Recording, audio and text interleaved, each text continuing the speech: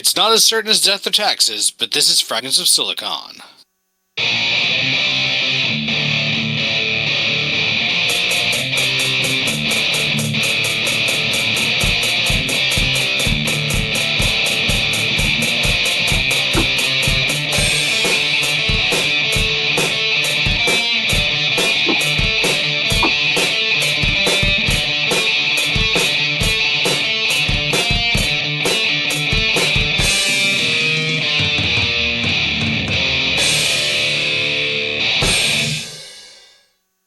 All right, welcome to another installment of Fragments of Silicon. I'm your host, Adam. Don't mind the voice. I'll get to that in the news. But joining me, as always, are Galax and Petty Fan. Let us get to the news, such as it is. Oh, Petty, why don't you start us off this week? Well, they seem to have finished repaving my street, which is good. So hopefully they're not, making a bunch of noise on Friday. The solar eclipse thing happened. We only got like an 80% eclipse here, but like, I guess it was alright, because we didn't. The one in 2017 went right through here, but it was cloudy, so we didn't get to see that one because clouds suck. And yeah, the trip to Micro Center over the weekend was fruitful. I now have a Raspberry Pi 5 I can kind of use for my retro gaming center thing. So that's cool. And I don't know if you guys have seen the like battery powered blowers to like kind of replace canned air because, the propellants in canned air are very not good for anything. So I picked up one of those and it's works pretty damn good. I mean, $30, so as long as it lasts like as long as 7 cans of air would, then profit. um And yeah, other than that, the end of the local card shop isn't growing nearer. They're having a big liquidation sale, like almost like a bid style thing. I'm gonna see if I can get to. It's this Saturday or this Friday and Saturday, so it really depends. But yeah, when we were there Sunday, the chairs were already being stacked up and tables were going bye bye. And they no longer take credit cards because that's what happens when your store is closing. So unfortunate. When we went to the big city on Sunday or Saturday, we did go by another card shop, which looks interesting, but it's still about 40 miles away. So, and unfortunately, they only do Digimon stuff on Thursdays, so it's probably not going to be an option unless, the group there feels like trying to shift to Saturdays or Sundays. And I guess it would have to be fairly early on a Sunday because, we have reviews. Indeed. As far as gaming goes, I decided to try Tales of Arise on Game Pass. It's been a game. It's been a while since I played a Tales game, so I'm like, okay, how does this work again? Hopefully I'm kind of getting hang of it. I'm just playing it on my Xbox One for right now. I could probably start playing it on my PC if I really wanted to, but at the same time, make use of the Xbox I have in the den.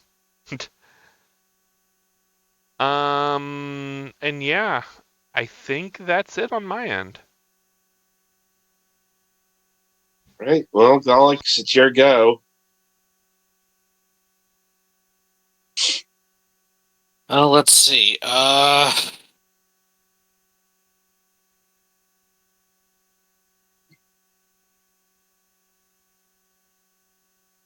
Well, I guess we could start with for the eclipse on Monday, since where I am is pretty close to where the actual thing was. It's it was like 95% or more. I took the day off, and a couple of my friends and I drove a few hours north to where it was in totality so we could watch it.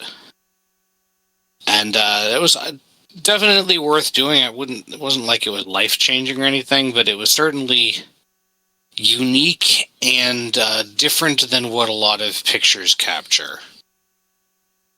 It was interesting how much cooler it got. I took some pictures, but I'm not a great photographer, and I just have my phone camera, so they weren't very good. Unfortunately, that means that for the rest of the week I'm going to be working harder because, unfortunately, the amount of stuff that has to be done doesn't go down. Let's see.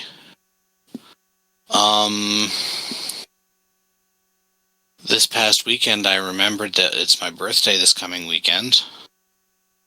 Or rather, the other day I remembered it. I had been forgetting because there was so much going on over the last week. We had another power outage that just completely threw me off, and then I had some other projects to work on. So yeah, I don't know exactly what I'm going to do about that. We'll probably go out and get dinner somewhere, but that's about all I can think of. I didn't manage to get together a gift list, but my parents usually only do like one thing, and they've been... When I ask for... I've asked for gift cards to particular places, and they say it's easier to just do money, so... Yeah. We're at the age where it's just easier to do money than, lists. I know my sister doesn't like the gift card thing or cash, but... Also, I buy more stuff for myself. That's very the same. I don't know. Video game wise, mostly been playing Splatoon 3. Are they on their last batch of content stuff yet, or are they just kind of trucking We're along? getting near the end of what we know is coming. Yeah, because I remember hearing somebody mention something like we're nearing the end of Splatoon 3 and wondering if we're getting a 4 or if they're going to take some time off from it. I'm surprised you didn't dig out the main speculation I've heard is Splatoon 4 coming out with the Switch 2. What'd you say, Adam? I'm surprised you didn't dig out the Wii U in celebration of Splatoon 1 going offline. I kind of wanted to, and some of my friends or the D-pad that I follow was doing some of that, but unfortunately, no one I knew was doing it at a time where I could use the television, because Splatoon uses both the television and the yeah, it's one of those gamepad, and my parents tend to use the television a significant portion of the evening. I mean, I guess if you really need to use a TV, you can always use your computer monitor if it has HDMI. Which I don't even know. It probably does if you got it in the last. And it would be very difficult to hook my. And it would be very. Actually, no. I guess the internet in my room. Anyway, it would be difficult to get behind the entertainment console to unplug the Wii U from all of the stuff where it was. So I didn't do that. Yeah, that's definitely a prior planning ordeal with something like that. Fair enough. Also, while I appreciate Splatoon 1 and miss a few of the content parts in it and a couple of the mechanics that were not brought forward into later games, in general, 2 and 3 are significant improvements over it. Yeah. So, it's a little bit less sad that it's going offline when there are games that do most of what it did better. Mm-hmm. I forget if I mentioned this, but I did also finish Side Order, and then also because the Spring Splatfest is which fluffy thing do you like best, chicks, bears, or bunnies, and I wanted to do bears because I like bears. And the final reward for the really hard final gauntlet level in the single player post game is a bear ear headband. So I went back and finished that. It was not as hard as I expected, and as I expected, the only actual hard parts are the first section, which is a really long traversal puzzle with no checkpoints, and the last thing, which is a 3-wave fight against a really large number of the player mimic type characters, and for the last phase, they get specials. The two middle sections, which are a rail shooting segment and a more focused platforming challenge that has a checkpoint in the middle of it, were relatively easy. The focus platforming challenge might have been harder if it didn't have a checkpoint in the middle of it. And the first segment would not have been hard if they'd put a checkpoint somewhere in the middle of it either. It's just really frustrating to have to execute a large number of things with relatively few checkpoints. It did end up... I've never actually left my Switch with a game running overnight before, I don't think. But I had to do it for this, though, because it was getting super late, and I was mashing my face into the boss fight thing. Oh, you're one of those close game and shut Switch off type of people, Yeah. not let it in sleep mode. Well, no, I leave it in sleep mode, but I quit the game. Yeah, I've been kind of spoiled by PS4 and stuff like that, where the consoles have suspend states. Mm-hmm. But yeah, I had to do it because I was either going to be up way too late, or thankfully I did not have a hard time sleeping. But yeah, that was the most interesting video game thing I did over the last week or so. Nifty. Okay. I think that's about all I got. Oh, if I didn't mention it, we didn't have any trouble getting to where we were watching the eclipse, but the traffic on the way home was terrible. I would imagine. Yeah. Especially the closer to totality you get, yeah. Well, no, I realized Anyway, as we were leaving, if that's people were I arriving go. over a period of time, but everyone left at Adam, once. can you hear us? This cold I've been fending off for half a week now. Adam, can you hear us? It's like, No, I didn't bother with any sort of eclipse watching because, I was kind of in bed dealing with, swollen throat glands. So it was fun. Oh, no, wait, the other thing, painful. I can hear you, Adam. Not Adam. Really not much more to it. That's been the bulk of what I've been doing. You can hear it on Sunday's reviews. It's even more pronounced. Like, at least today, it doesn't hurt to talk anymore. I just, sound rather stuffed up, which is what I am. As a consequence, I haven't been able to put much time into this week's games. It's unfortunate for a few reasons. There's still time enough before Sunday. Anyway, so yeah, I think that's about it for my news. And thus, we will merrily roll along to the interview portion of the broadcast. And this week we welcome Andrew McDonald of Cream Productions Incorporated. Hello. Can you hear me? Hello. Yeah. Can you hear us? Yes. I think the others were trying to talk to you just a second ago, and you couldn't hear them. So are they all? Yeah, Adam, can you hear Yeah, us? testing. Can you hear us? Yeah, I can hear you now. All Okay, right. you started You talking while I probably was in had the a middle of lull. talking Yeah. still, so You stopped. No, I did he not did stop. not. It's weird. Sometimes your internet does this. I think it's just your weird connection. It's possible. Anyway, there Right. wasn't too much overlap, but as long as you can hear the guests and everything, we can continue. Yeah. Anyway, welcome, Andrew. Thank you. How are you doing today? I'm well. I'm well. It's, we're all in the same time zone, so it's dark. There is no eclipse. It's just the sun's on the other side of the planet. So True enough.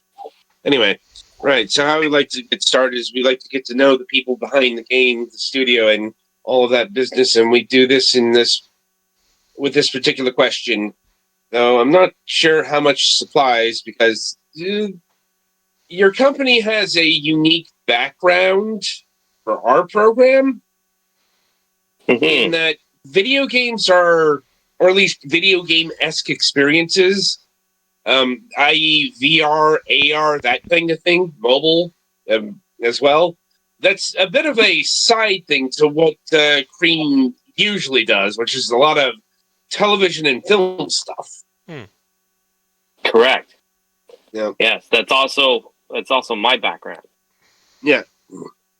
So I'm wondering, how did you and Cream get to the point where you wanted to do video games, or rather VR experiences?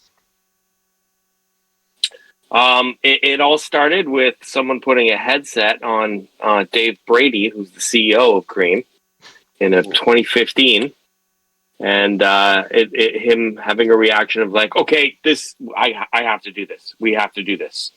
A lot better than my was, reaction, which was going to the back of the Best Buy and throwing up. Oh no! This was this was in the early days when it was still video. So, and as a film production company, it was, we were looking at that as like, oh, here's an evolution of the medium. And so, and I happened to be at the right place at the right time. I know Dave Brady from having worked doing television for Green in the past. And I said, listen, give me a small budget. We'll buy some GoPros and rip them apart and stick some wide angle lenses on them and build some cameras. And we'll go shoot some 360. We'll do it. And it's great. So that's where we started. Admittedly, destroying GoPros is not the first thing I could have thought of for getting a 360 set up, but yeah, that's how it was done back in 2015. It was you were basically taking GoPros apart. Well, not even taking them apart. The initial rigs were 3D printed plastic cages that held multiple GoPros, and then there was some very early stitching software that was just impossible to use. That would take I would all imagine, especially with 2015, you probably had to have top of the line GPUs, possibly an SLI, to pull that off. No, we were doing it on the Mac workstations that could cut 4K. So it did eat up just tons of compute, though. It was crazy. So we started building some cameras. I've got an Eclipse story actually, because the last one that rolled through, we had scored a job from Hulu, and we were shooting Jeffrey Earnhardt racing a NASCAR car around a track with a $80,000 Ozo camera hanging off the back of it. And our shoot day was during the eclipse, so I actually lost 2 hours of my shoot day because the sun went away. Oh no! Oh my! Just realizing that. Oh god! The trying to film that day. Jesus! I imagine camera guy was cool, furious. Yeah, we got our day though. It was good. It was actually one of the most successful, I think, VR pieces Hulu put up when they did their little foray into 360 video. Admittedly, So- hindsight 2020, that could have been an awesome VR experience as Eclipse if you could have found a decent vantage point. Mm. Yeah. Maybe 2040, right? Well, you go to Spain in 2026. Fair. So basically we did this. We built some cameras. We started shooting 360, and it was when it was new, and sort of the TV networks that we were making content for were also dabbling, and they were carving off ancillary budgets to shoot sort of promotional content of shows, like make a 360 piece on the show. So we got small budgets here and there. We started producing a bunch. I think we did over 30 sort of 360 films, as it were. But I think I quickly realized that there's kind of no ROI here. It's just, free on YouTube and Facebook. And for a lot of it too, it was like, the first 360 video was like, oh, wow, that's super cool. And then you're like, hey, do you want to see my next 360 film? And people would be like, nah, I've seen that already. Thanks. So yeah, but what we were looking at was the emergence of the DK1 had just come out, and this sort of it was the hype cycle of VR continuing, but through the volumetric experience. And I looked at that as like, this is something that's more. There's more here. There's a rich volumetric 3-dimensional experience you can do here. And we started going to the NABs and the GDCs and all the different conventions, and it was kind of a lot of VR activity happening at these places. Mm-hmm. And one of the things I noticed from going to these events is that the most profound experiences that I saw were training simulators. Like this Australian company that had done here's what it's like. In my filming career, I've done a lot of Discovery, History, Travel, Nat Geo, that kind of television. So I've been doing that kind of onto an industrial site or a military base kind of filming. And whenever you do work on these locations, you have to get up at 6 a.m. and do 2.5 hours of watching stupid videos and filling out tests before you can even walk on the site. Because if you don't know what you're doing, you can get killed quickly. Yeah. So when I saw these training simulators for being underground in a mine, I was like, oh, wow, this is you see the headlamp lighting what you can only see from the headlamp in the darkness, and go find the emergency stop on this piece of equipment. And I was like, this is really useful. So, I quite gravitated to, slashing, Beat Saber-y or shooting zombies or whatever was not really my jam. So it's and then we were, combine that with the fact up in Canada here, we have a pretty robust, a Canadian culture funding program from the government, essentially, so we don't get overwhelmed with American culture because we're 1/10 the size. So there's a mandate in Canada if you're going to, produce content or broadcast content or publish content, that a certain proportion of it has to be Canadian, and there's a sort of a tax system that pumps the money back into creating content. So there was some funds available to produce interactive digital media, which the government's been pushing quite a lot. It's one of the biggest industries in Ontario, the province I'm from. So we tapped into some of that, and we combined it with Survivorman. So Survivorman Les Stroud is the original sort of survival television series. This guy started in 2001, I think, and it was Cream Productions that actually helped produce it. And so he would basically, it was right when mini DV cameras were first coming out, so it was decent broadcast quality camera that was portable. So he would go out and with a box of batteries and a roll of gaff tape and one match and self shoot these survival experiences. So we already had that connection to Les, and I thought, here's perfect. It's we can do a survival training simulator and sort of emulate what it would be like to step into one of Les's shows. So that's sort of the genesis of the project. And how is this different than filming, a simple 360 VR experience? If any, in terms of getting, I assume there's some actual footage here. Yeah, we're as far as the game environments go, we right when we began the ideating the project was 2019, 2020, and photogrammetry was kind of becoming possible. So unlike 360 video where you have one perspective, it's the point of view from the camera and you can see in 360.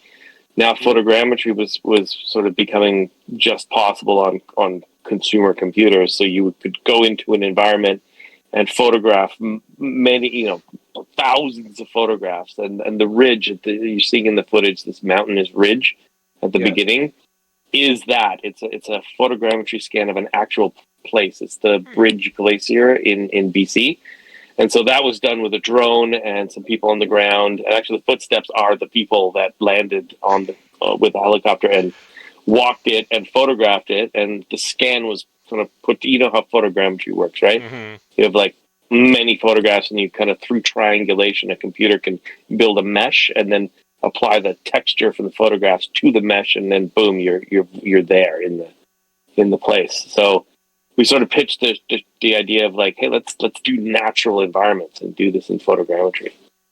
Mm. That must have been intensive. Yeah. Well, I mean, it was a bit of an overshoot to do the game, because like initially we were like, oh yeah, we're gonna just fly around and shoot these locations and do this like real game in the real world, and then quickly realized that in game design, which I'm sure you guys know a lot more about, is like you really need to plan out your game worlds and have things properly, and it's almost impossible to find that in the natural world. And on top of that, it's exceedingly expensive to do that. So in this case, this scan was if it makes you feel any better, it turns out even when you plan all that out, it still happens this way.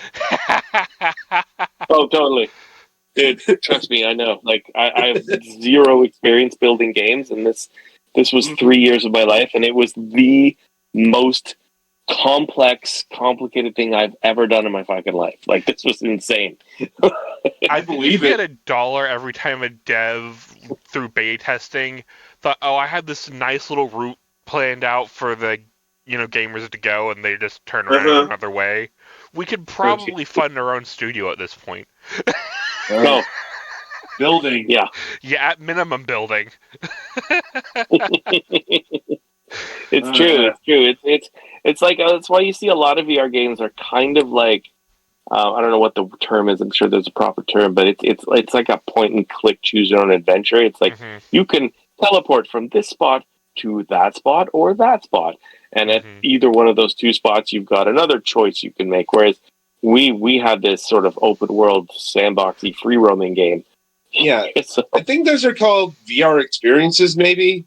Like, I know they do the teleporting thing to cut down on the motion sickness. At least they did back in the day. Yeah, but it also cuts down on the complexity. Like this gets exponential when you can go anywhere. So yeah, because this is, if I'm recalling the terminology correctly, like a full VR experience. Like you need the full-on gear. Well, we built this for the Quest 2. Actually, we started when it was Quest 1, but we knew Quest 2 was coming. So it's a mobile VR game. That's the thing. I mean, there's a whole other story here, and you'll find more details on our website if you kind of hunt around. But the key thing for me was what we were trying to do here. It's like I realized also VR was like it's a very hard market to do because there's there's still a very limited user base, and a lot of the AAAs are staying clear of it because there's no point in spending $100 million when you're going to make 20. So it's hard to kind of break through, and then as a result, you get a lot of indie studios doing games, and then with the indie studio games, you're like, what's this? A game about frogs? Or like there's no recognition, right? There's just another indie game, something you've never heard of. So in combining like the fact that we've got training sims work well in VR, we've got celebrity, as we got Les Stroud. So let's put celebrity in the piece, and then I realized quickly that all of a sudden I'm now promising a physical likeness to someone that has to render in 3D, animate, and talk to me, and then also be able to play back on the potato processor that is a Quest 2. So, so what we ended up doing was sort of creating a novel way of doing a human facial performance that we actually have a patent for now.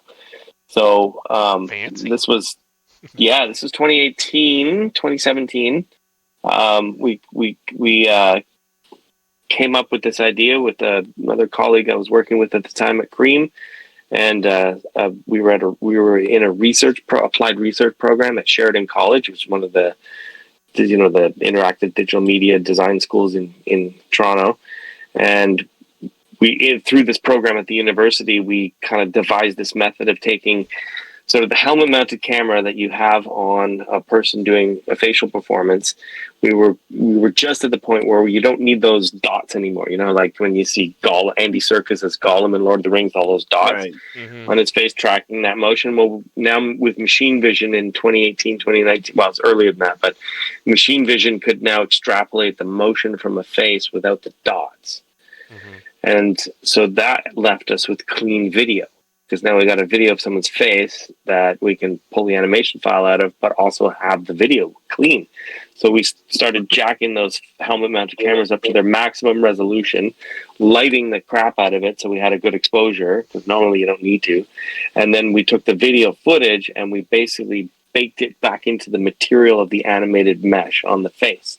So if you look at Les's face, and if you go to our website, I don't know if you can stream our website, but if you go to our website, you'll see a link to we call it dynamic digital humans. So there's a bunch of different characters we've made this way. And the key thing you get out of it is you get it's like a video projection of the interior mouth. So you see the tongue bouncing around and the teeth and everything. So it gets a pretty good sync mouth. And then the best part about it is because it's all the textures coming from a video, and Snapdragon 10 processors on a Quest are designed to play video, so it plays back very well on a mobile processor. And we were able to, I think, boldly to this day, still have the best looking facial performance on a Quest.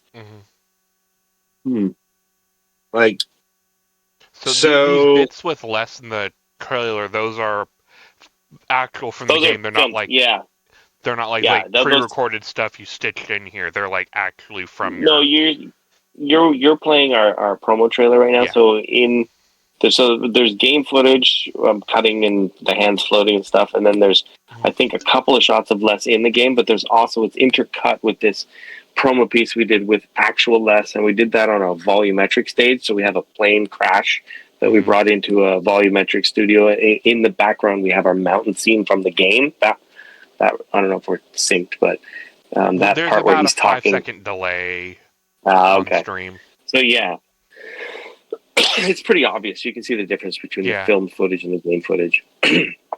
Let me see. Yeah. Here's some of the other footage you guys have sent us. I'm playing on air right now. Okay. Yeah, I see it. Yeah, you can jump ahead on that. That's going through the menus. Yeah, so the those game are kind of cool. Yeah.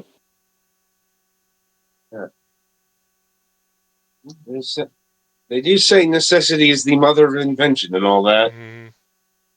Yeah, it's very true. And I'm looking like this is running on a Quest, judging by the controls showing here. Square. Yeah, this must be a Quest. Yeah, probably early stuff on a Quest 2. At least that's the one saving grace of doing all this development, is as we were developing, so Meta was still powering forward, and we're meeting us in the middle, because we were, our game is running at 60 frames a second. What are we going to do? And then it's like, oh, look, there's less in game. Yeah. I don't have the audio on for obvious reasons, because we're kind of talking here, but that still looks pretty good. Because I think there were some Survivor Man kind of games. Yeah, I think there was a Survivor Man game for the Wii. Something like that. Yeah. From Definitely Les looks a lot better Stroud? than that.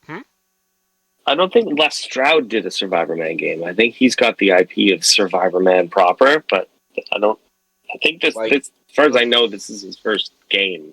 Yeah, I'm not I'm not saying that he did one. I'm just. Oh, okay, yeah. So license that out for. He might have, but I'm not sure he did. Let me check. I mean, it I could know be just something searching else. Survivor Man game shows up your guys' product, so it may be something else I'm thinking of. Yeah, I'm maybe Man versus Beast or Man versus Wild. Wild. That's it. No, he might have. Yeah. Yeah. He basically the funny thing is the two of them. I don't know if they ever spoke, but they're less as very authentic, whereas the Man versus Wild thing was kind of a direct spin-off of what he did, where he risked his life, whereas Bear Grylls has basically got a film crew filming him in a hotel room at night. Yeah. I remember that. Yeah, that was funny. Yeah. He would look at the camera and go, "All right, so I've been alone out here for 6 days." And it's like, "No, you haven't, because someone's filming you right now, buddy." Yeah. I think some of the earlier seasons, all he had was a rescue crew behind him and did some self-filming, but definitely in some of the later ones, the crew was actually there. Yeah. Now, if I'm remembering correctly, it's actually been quite a while since the actual Survivor Man program has been on TV, and the creation of this game. So was So Les he stopped filming himself, I think, after almost dying several more times and saying, "I'm too old for this crap." Yeah. But he do it. He definitely looks like he's been around a while. Yeah, he's in his. No offense to Mr. Stroud, though, but he's been at this since 2001. You mentioned. Exactly. Yeah, I think he's in his He's in his probably early 60s now. Yeah. But he's franchised it out in the sense that he's done. There was a kids one where he took a bunch of kids and basically sort of did training with them type thing. Yeah. Yeah, and then he also did a couple of spin-off ones where he was just going around the world looking at indigenous cultures and the kind of survival stuff that they do. So yeah, and I think he does a lot of YouTube stuff these days. Yeah, and he's a musician, so he's composing and putting out albums. That's good. So it must have been neat for him to revisit, let's say, the glory days without, actually risking life and limb. Yeah, he's actually had this kind of came out of the blue to him because, we came up with this, at Cream, at least we came up with the concept of hey, why don't we, do a survival simulator with Les and then kind of put it together and then pitched it to Les, and Les was like, and you hear in his interviews too, he's always considered doing a video game, but he's again very authentic and he didn't want to do anything too cheesy.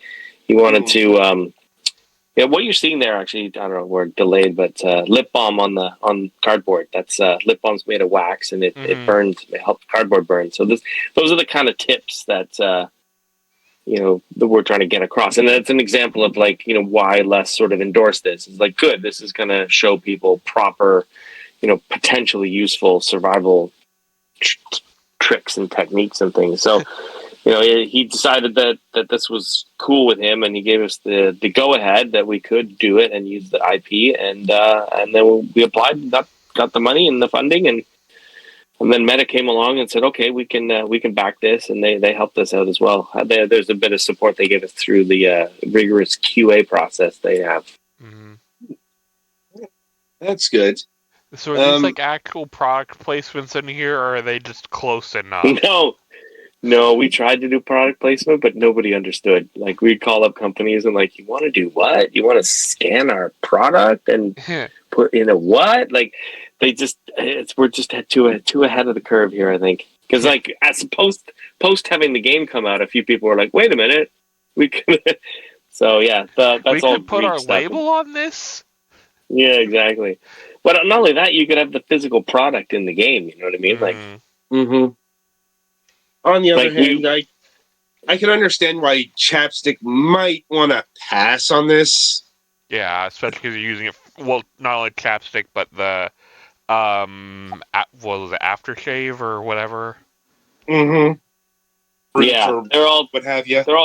they're all kind of what we call in the film industry Greek. So like you'll find later when there's a mint tin that we find in the helicopter up there on the hill, and it's an Altoids mint tin, but I just changed one letter so it says Alloids.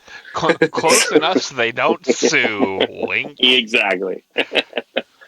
God, we are very familiar with that. Yes. Anyway, so if I'm recalling correctly, this came out for the MetaQuest last year?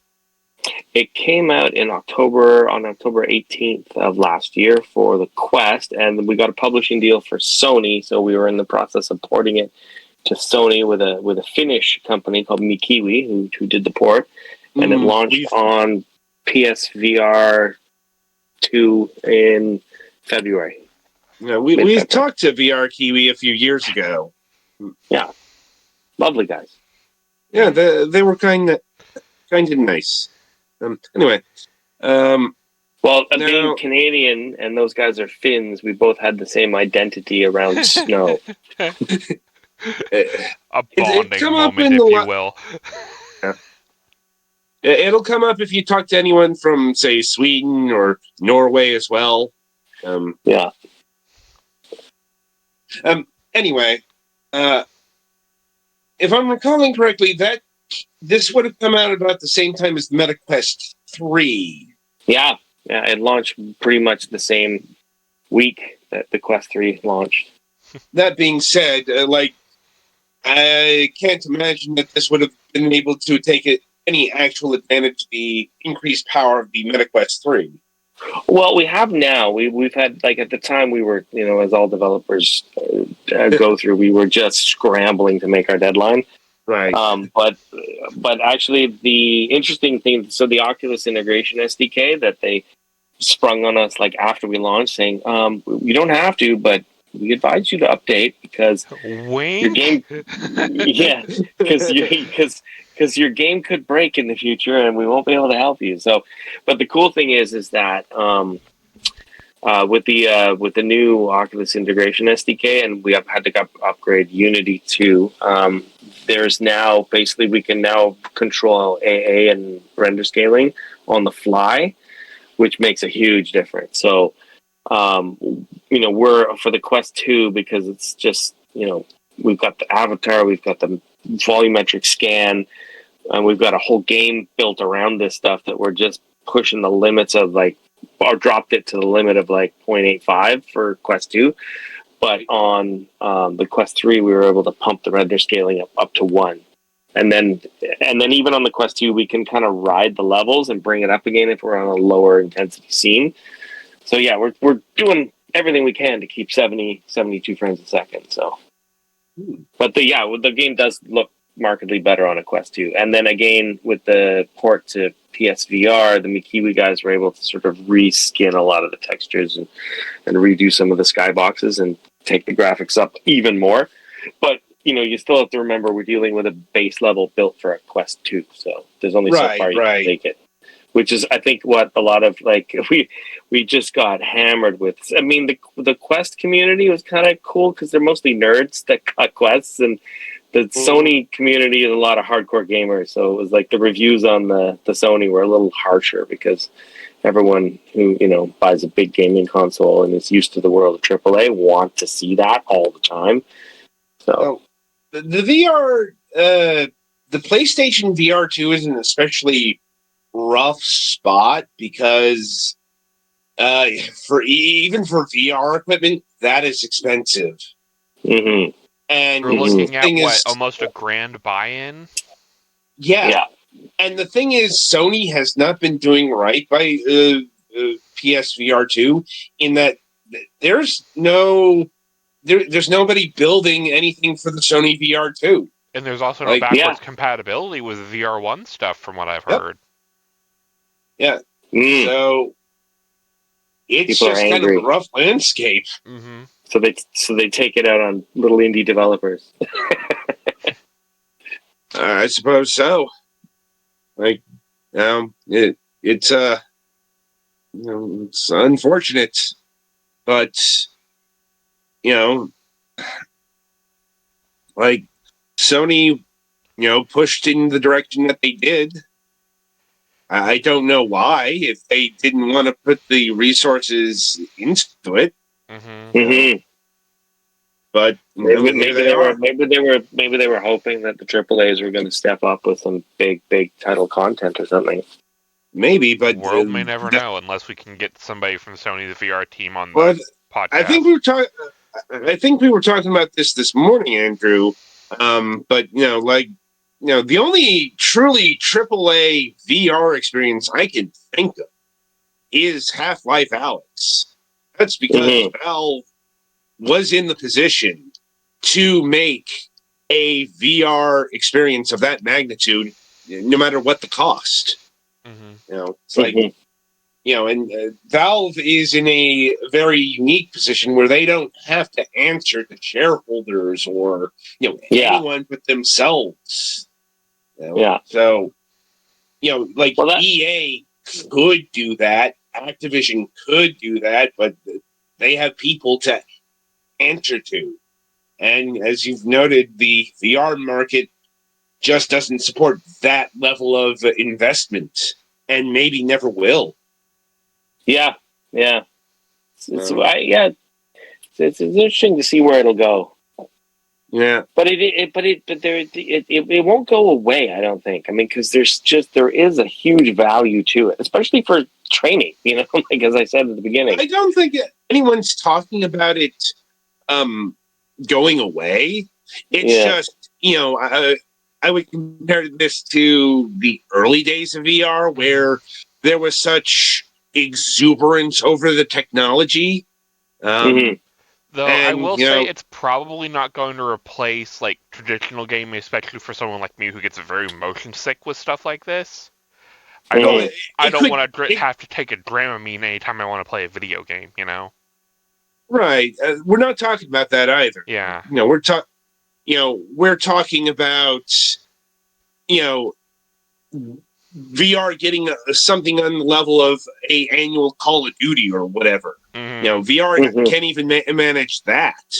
Yeah, the best we have is Alex, maybe Beat Saber, which I know is an indie, but it's definitely taken the VR world by storm.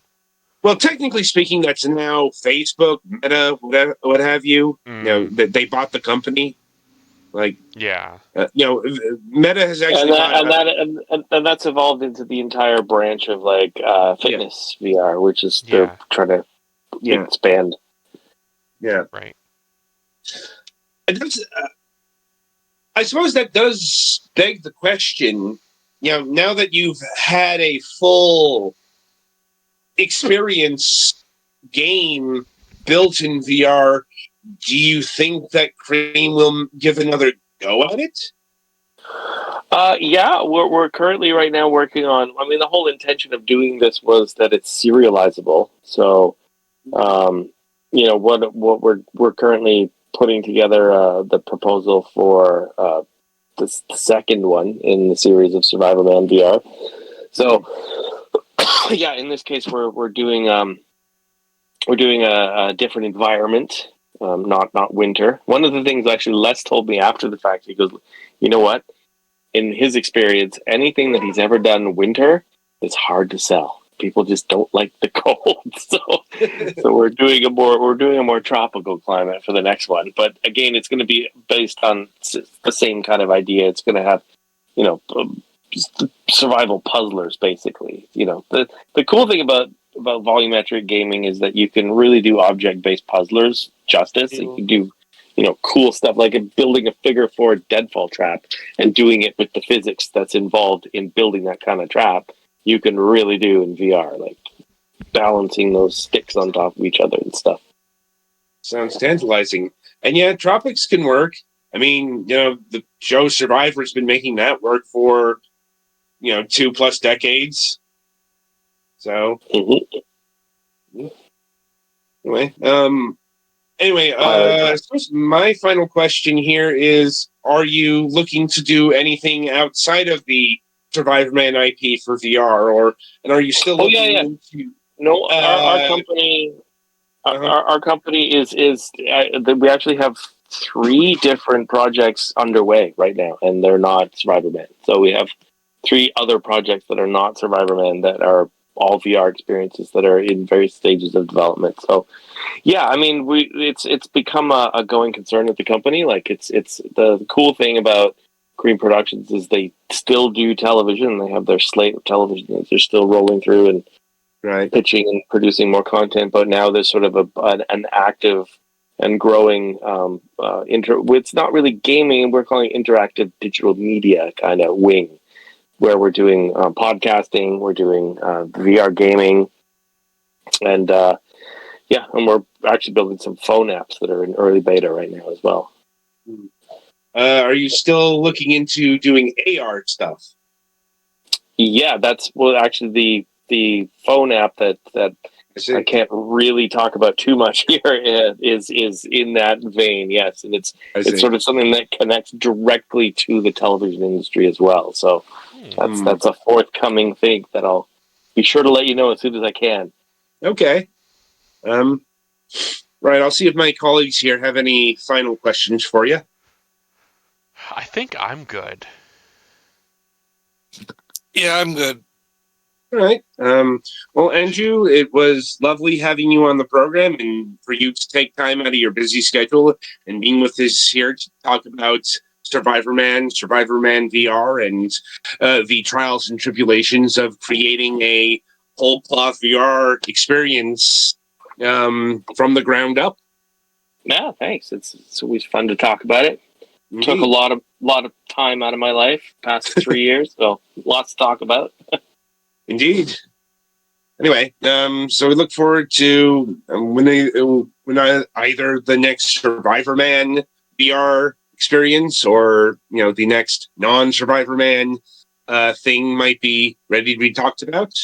But until then, the game, the interactive experience is Survivor Man VR: The Descent. It is currently available now for the MetaQuest 2. Is it out now for the VR PlayStation VR 2? Yes, it's available on Steam, Meta on the Quest Store, and on PSVR. Yeah, and let me see, it's retailing for $19.99. Yeah, it's actually on sale. It's like $13 right now. That must be it.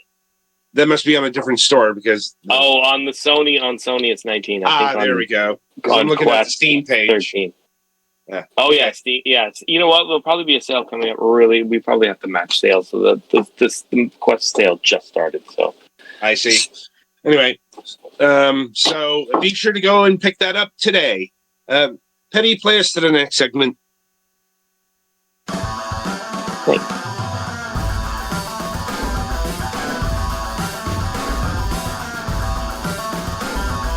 Okay, thanks, guys. Not a problem. Bye. All right, so welcome to the topic of discussion. So this week we are talking about Final Fantasy VI, because Final Fantasy VI just turned 30 years old.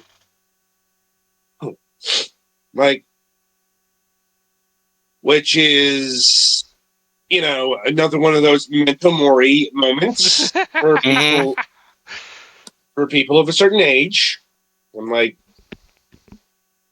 and yes, I would be one of those people. Because I'm like, I think Final Fantasy VI, or Final Fantasy III as we called it back in the actual Super Nintendo days, because of selective localization and not wanting to confuse the teen buying population further.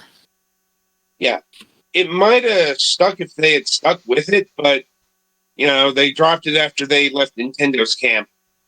Like, it's one of those things that made sense at the time, but just caused more problems down the line, if you will. So, we have to do this fucking rigmarole for all fucking time now. But yes. Anyway, Final Fantasy VI was probably at one point my favorite game ever. Like, certainly the one I spent the most amount of time with as a teenager. Not the Final Fantasy that got me to really like RPGs. That was actually Final Fantasy II. And here's the thing, I have played Final Fantasy since the first one. I played the first Final Fantasy, and I gotta admit, it didn't really gel with me. I think that's just because, honestly, 8-bit RPGs, even back in the day, were really fucking creaky. Yeah, it's hard to fit the amount of text and stuff you need for an RPG on an 8-bit system. Well, that news is so limited. Like, I think that's why I never took the Dragon Warrior. Or at least the original Dragon Warrior. Like, didn't really play the sequels because, honestly, it was kind of hard to find the sequels. Because, Enix took over and had much worse distribution than Nintendo. But I definitely remember reading about them a lot in Nintendo Power. And playing the original Dragon Warrior. And not liking it a whole lot. Honestly preferring Ultima 3 on the NES that we had. Like, anyway. As far as Final Fantasy 3/6 goes, I think that'd be overall the favorite. No, once again, other RPGs, JRPGs that I played around that time would have been Chrono Trigger, Super Mario RPG, Final Fantasy II, and Final Fantasy Mystic Quest. What a waste of money that was. Yeah. I feel sorry for the Europeans, which that was their first experience with Final Fantasy. Technically, Square Enix, or Square as it was really really owning the market at the time. Yeah. But I also played Earthbound back when that was fresh and new. I can say I was there, when Nintendo actually tried to market it to, North America in its very strange way. Well, that was that was an interesting thing because at the time, the fantasy genre turn-based JRPG had really entrenched itself, and Earthbound was kind of a reaction to that. I know, but do you think that we would have ever gotten that context in 95? Oh, no. And advertising it using pictures of the enemies that smell bad and scratch and sniff stuff that also smelled bad was not a strong choice. Yeah, I had a friend who complained about those Earthbound ads ad nauseum because they made his magazine stink. Mm-hmm. Good job, Nintendo. You really knocked it out of the park with this one. You didn't work with that ad agency ever again. I would imagine. Did that ad agency go out of business? I hope so. As I say, if not, then we need to work on something. No pun intended, all-time stinker. Yeah, no, I'm still giving you a boo on this one. I stand by it. I smelled those fucking stickers. Anyway, getting back on point. The point is, I played my share of these things, in my youth. Mm-hmm. And this was probably my favorite. It's like, Now, which one I think is the best? Probably Chrono Trigger. But Final Fantasy VI is the grander adventure. And that's one of the defining things about Chrono Trigger. It's all killer, no filler. That kind of works both ways. It's a very short RPG. And that was kind of the selling point. It's an RPG you can play over and over again and get all the endings. So it kind of had to be short. Which is an idea that game kept in mind that its sequel forgot. But anyway, Final Fantasy VI didn't have that particular attachment. So it's a, if you will, quote unquote, proper 60, 80-hour JRPG experience. You can do Final Fantasy VI relatively fast if you know what you're doing. True. But that requires basically either looking stuff up or having played it before. Yeah, but back in the day, you didn't do that. Certainly not at first. Unless you were spending a shit ton of money calling the Nintendo helpline. Well, it's also, keep in mind, we are talking about the 90s. Keep in mind that not just how much video games cost, but do you know how much fucking RPGs cost in the 16-bit era? Oh, yeah, they were like $100 a cart. Thereabouts. Like $70 to $100. And that's not including the fucking hint books. Yep. Which they did sell separately, yes. Yeah, those were like $30, $40 for the big RPGs, because it took a lot of time to get all that data. Yeah. Although, and Nintendo Power Guides usually didn't go all the way to the end. I mean, the ones they put in the magazine, usually you had to buy that separately. And I did have the Nintendo Power Final Fantasy III guide. Also Chrono Trigger. So Yoshi's Island for some reason. And you didn't get those with the subscription either. Yeah. A lot of the times you could get yeah. one as a bonus for a subscription, for resubscribing or something. Wasn't it you could get one for your birthday month or something like that? I vaguely remember seeing that promotion a long time ago. I think they had something like that at some point, yeah. Anyway, the point of order is, these things were fucking expensive. People go on about video game prices these days. Yeah, that's about what it was like right now. Including buying the Battle Pass to be an RPG fan in the fucking 90s. At least on the Super Nintendo and the fraction of people that were on the Genesis. The people who actually bought the Phantasy Star games. And I was about to say, so you mean the Phantasy Star fans? Yeah. I mean, I guess they had to suffer Shining Force too, but mostly Phantasy Star. Well, I mean, Shining Force, and there's a few other scattered bits there, but I mean, believe me, Phantasy Star fans had to shell out through the nose for fucking 4. Oh, God. That one legitimately cost $100. Because it was on this mega huge megabit cart. Yeah. And of course, and the fucking twist of it all is this is what, by the time Phantasy Star 4 came out, it's when Sega switched over to the fucking cheap cardboard cases. So you didn't even get the nice clamshell that Phantasy Star 2 came in. Yeah. Wasn't Phantasy Star 4 the one that everybody said should have been a Sega CD game?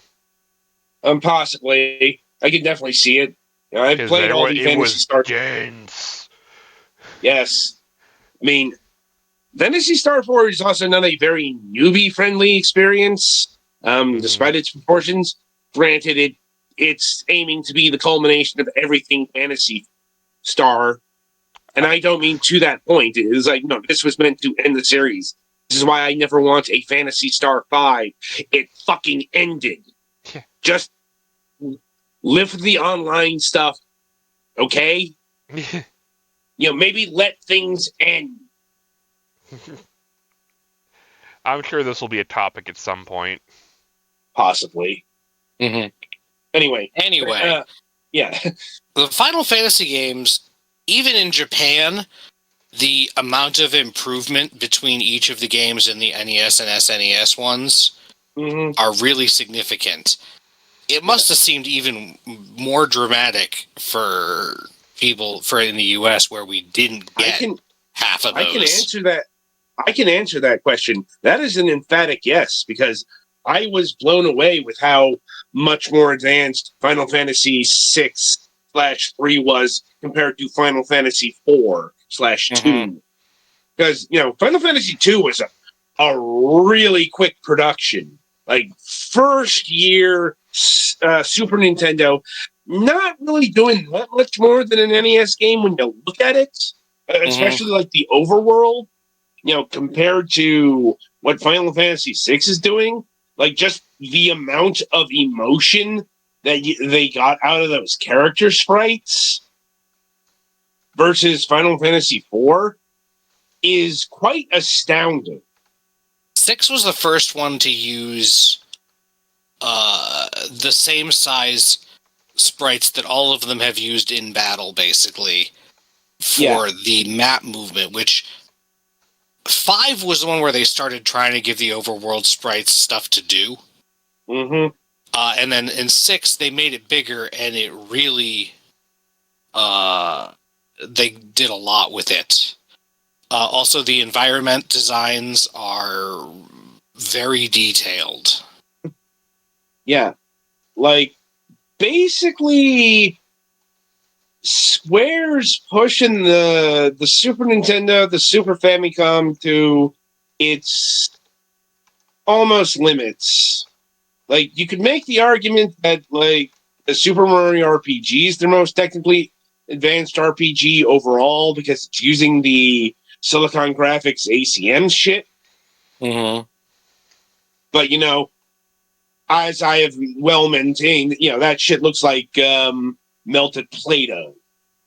And, I'm glad Nintendo knew this when they remade that. So, anyway, Final Fantasy 6 looks about as good as a 16-bit RPG can look, I think. Yeah, there's still some color palette limitations, which is the main thing that the Pixel Remaster changed, I think. Yeah. But it still looks very good overall. Yeah. And it has a bigger cast than almost any Final Fantasy to date, and actually does a relatively good job of balancing the storytelling with that. I mean, Final Fantasy VI is a very unusual Final Fantasy to this day, in that they said no main character. Like, and I mean, you can't, even if you're trying to pick, you can't get it down below 2, really. I guess if you absolutely had to pick one, it would probably be Terra, but she's out of commission for a large chunk of the game. Yeah, it's like, people would argue that Terra/Tina, I think it's almost been forgotten that her name is actually Tina. Like, they changed it in the dub because Tina sounds very ordinary in English. Yeah, here's the thing. Tina sounds very exotic in Japan. Tina is a very normal name in America. Whereas Terra, that's more exotic here because, French. And I guess they just liked Terra more because I think has been officially retconned into Terra Branford. It's Terra Branford in everything in English, and it's still Tina in everything in Japanese. Yeah, I was wondering about that. So the name changes of the, I don't know, about half the characters had their names changed or tweaked, I think. Probably. Like, it's just, that's the one that everyone remembers. Interestingly enough. It's also something that, you could do back in the day. For better or for worse. Well, you had to edit JRPGs back then, because as soon as they started having enough data room to actually use Japanese characters in games, which is Right. when they started making but JRPGs. This is something different. This is something different. Mhm. This is one of the examples of Woodsleyism. Not surprising, because this game was one of the ones localized by Ted Woodsley himself. But Well, that's what I was getting at. You have to change stuff to save space. right, but And this isn't. sometimes it's actually, and the difference is between whether it's an improvement or terrible. And he was usually good at making it notably different in some cases, but mostly an improvement. Yeah. Or sometimes he just did that for the sake of flair. It's the same guiding philosophy that Working Designs had around that same time on, say, the Sega CD. Mm-hmm. Which, once again, it's a very 90s dubbing attitude. Mm-hmm. It's something you would not see, even like later on in the 2000s, let alone like today. Like, it would, like, this kind of thing would not be allowed for a lot of reasons. Like, fans would not stand for it. And it does lose some things, especially some things that were with additional content censorship added too. But no one can deny that there were some extremely memorable phrases that were coined in the original translation, and modifying or removing them has been generally regarded as a bad move that makes people upset. Yeah, although they did get away with Son of a Sandworm instead of Son of a Submariner. We did kind of go over this a little bit when we did our review of Zero Wing over on Sunday. Yeah. That, replacing some of those memes would be tantamount to sacrilege. Yeah. It's like, no matter what, along those lines, you will never get rid of the word Spoony Bard in Final Fantasy IV. Mm-hmm. It's just, and that, that's too iconic. It's too attached. Anything you put will be rejected wholesale. It's like, it's not quite that case with Final Fantasy VI. Even Son of a Submariner isn't that highly regarded. But my point is, Terra from Tina wasn't changed because to save space. Yeah, that was a change. That was a change for flavor reasons. Yeah, that is a change that would absolutely not happen today. It's like the fans would not allow for it, and more importantly, the Japanese licensors would not allow it. This is why the Evangelion dub is the way it is on Netflix. I don't know. Some things still get away with changing some things, but the more voice acting they've added and stuff, the more stuff needs to be changed. So, no, the dub was overseen by Studio Kara. No, I'm not. I'm talking about like in later games, name changes get more and more hard, and also with like international merch. Yeah, I'm talking about today. Right. No, that's what I'm talking. So, for example, in Super Mario Galaxy, Princess Rosalina's name was not Rosalina in Japan. They do still change stuff for very little reason sometimes. It was like Rosetta or something. Well, once again, like Rosalina isn't recent. Do keep that in mind. Like 2007 is longer than you think it was. I know. So, anyway, I think I'm going to conclude things here because we just keep getting sidetracked. Yeah, sorry. Anyway, plus we got to start prepping for MSP. So, anyway, so concludes another installment of Fragments of Silicon. Coming up on the week ahead, on Wednesday, April 12th, we'll be having Jonathan Conception of Galactic Slice. We'll be talking about his game, 1-Bit Adventure. Mike and he said he was going to send me the Steam code here soon, so hopefully that appears. And he did send the press kit today, so yeah. All right, all right. So hopefully that appears soonish by Friday. Like, hopefully my voice sounds better than it does today. But anyway, coming up on the Sunday reviews, we'll be having reviews of Sorch, impressions of Turbo Golf Racing, review of Warhammer 40,000 DACA Squadron, and finally Hexarchy. So look for that, and until next time, I shall wish you good gaming.